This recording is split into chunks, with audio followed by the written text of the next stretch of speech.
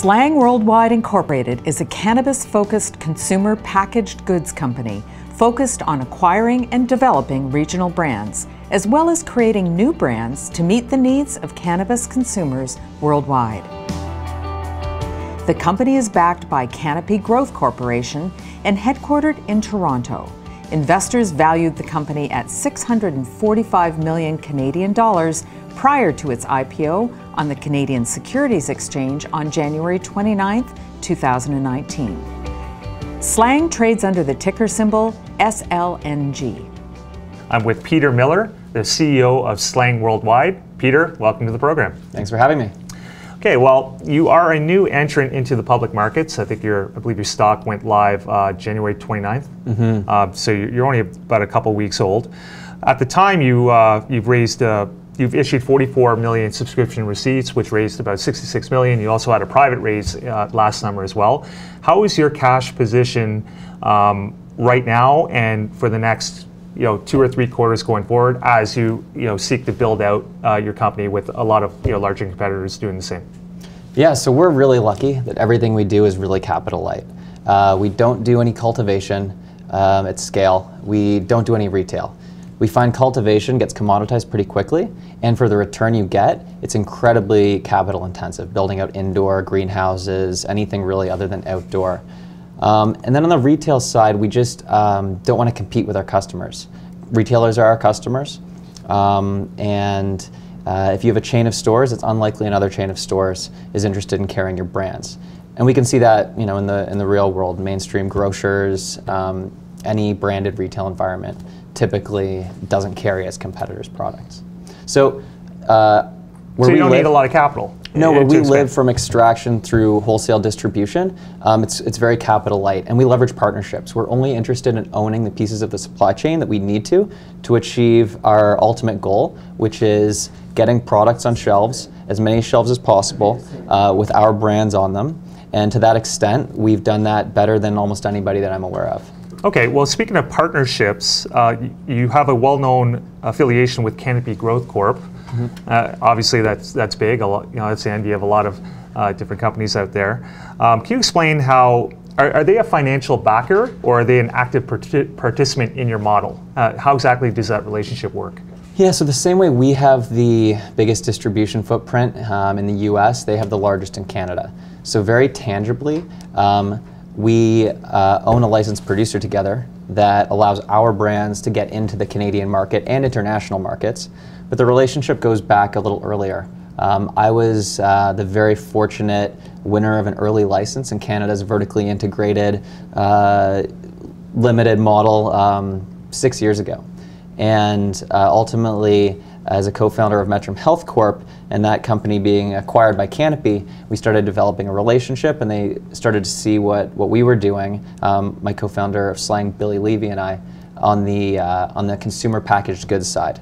That experience in Canada really informed our whole view on the space, which is that this is going to brands, the markets will mature, regulation will normalize. And what we saw in the US over the years that we were developing the Canadian business was really exciting. You saw things shift from the mason jar with bud to more sophisticated finished goods branded, and that was what was really exciting to us. So as we started building SLANG on the belief that ultimately brands would be the most important, and started acquiring and making investments, the Canopy folks who got to know us a little bit better post the Metrum transaction, I think saw an opportunity to get involved in that side of things. Obviously, with their position on owning US assets, we were limited in what we could do, so they couldn't make a direct equity investment, but they created a pretty creative warrant that allows them to acquire equity in SLANG when they have comfort with the federal law in the US. Okay, so they could basically capture more of a equity stake in your company going forward. Do they help you manage, do they provide advice and management with your company, either behind the scenes or overtly? Overtly, no. I think there's a healthy back and forth. If they see something interesting or we see something interesting, we're industry friends and allies. So we'll compare notes, we'll point each other to something that might interest the other. We're excited about getting our brands into the Canadian market through their channels. this fall. Our dominant products are more in the vapes, edibles, sort of value-added finished good, non-bud side of things. So later this year, next year, it's going to be really exciting for the lineup. Okay, so are you planning on introducing your own brands, or are you going to white label brands under another name? So SLANG's the holding company. The star of the show are the brands themselves that consumers can purchase, whether you're in Portland, Maine, Portland, Oregon, Portland, Jamaica. The O-Pen, for example, is in 10 states and growing. That product was one of the first 510 thread vape cartridges in the US, and its lifetime sales at the cash register are approximately $200 million US. So that's a real brand with real penetration that consumers have been interacting with for a lot of years. We have brands that have been developed more recently, like Pressies. A pressed pill does incredibly well. It's a point of sale impulse buy at the cash register. It's opened a lot of doors. We have some great edible products. District Edibles is a great gummy brand. We've got Magic Buzz, a beverage product, and we're excited to bring branded bud at the really high end of the market to the states we operate in this year as well, under the Greenhouse and Strain Hunters names. So we're always on the lookout for exciting brands. We're developing things internally all of the time. Data really has to guide what we put our resources behind. But at this point, we have one of the most dominant portfolio of brands across almost every major category, with sales in about 2,600 stores across all of the products. We were the original MSO before it was an acronym.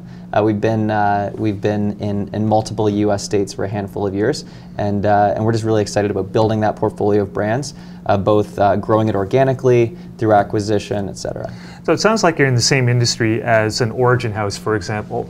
Are you seeing a lot of competition with some of the other distributors out there who take on different labels and do the outside distributing, or is that cutting into your margin? How does that work? How's your business in relation to, say, an Origin House? Yeah. So, for example, I think they're more interested in the distribution side of things than brand ownership and development. And in some states, distribution requires a license, like California, but we self-distribute. So it's so early on that I don't think that we've seen a compelling reason to use a third-party distributor. No one has the scale that we have. So ultimately, we're lucky to sell a product that is very high value per gram of weight. It's not like we're distributing liquids that wholesale for 25 cents and weigh a pound. And bottled water. Exactly. So logistically, it's not that complex to ship the product.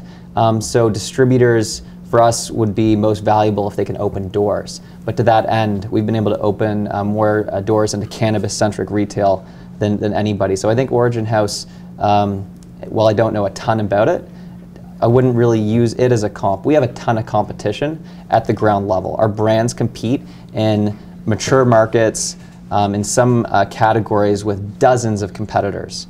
So we see those as our competition. And in the capital markets, I don't think anybody's taken as brand-focused an approach as we have. Okay, so how does the company book revenues? When I go to your when I go to your website, I see a lot of great brands out there, but I don't see any sort of checkout or anything like that. So how does the company actually realize revenue on their income statement?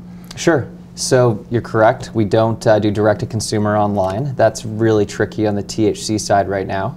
CBD side, no? The CBD side will open up on that front for sure, and we have some ideas around how to get into that market. I think fundamentally CBD will be a different skill set in terms of opening channels. More traditional retailers are embracing CBD, which is really exciting, and we've been really able to open a lot of THC doors. But CBD aside, back to your revenue question, imagine, and I'll maybe aspirationally use Coca-Cola as an example, that filling a can, adding syrup, and then putting the carbonated water in that was only legal on a state-by-state level. They actually have historically used bottlers to get into more territories on a capital light model the same way we do. But they'd only be able to book the revenue of that can and that syrup.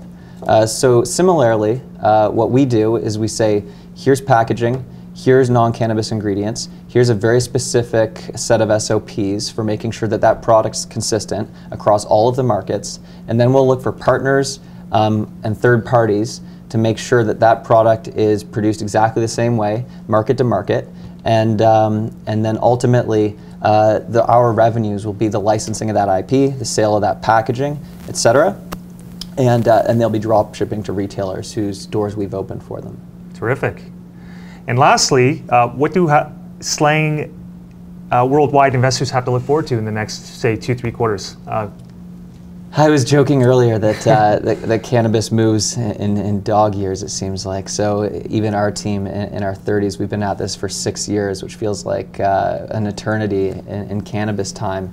So it's really hard to say what the next 2 to 3 quarters hold, but it's going to be more growth, getting into more doors, getting our products on more shelves, and everything in the supply chain will be looked at in terms of what's pragmatic to achieve our goals of creating as many branded experiences as possible for cannabis consumers. Sounds good. Peter, thank you for joining us on the program. It was a great introduction to your company. We look forward to following your story going forward. Awesome, thanks for having me. Appreciate it.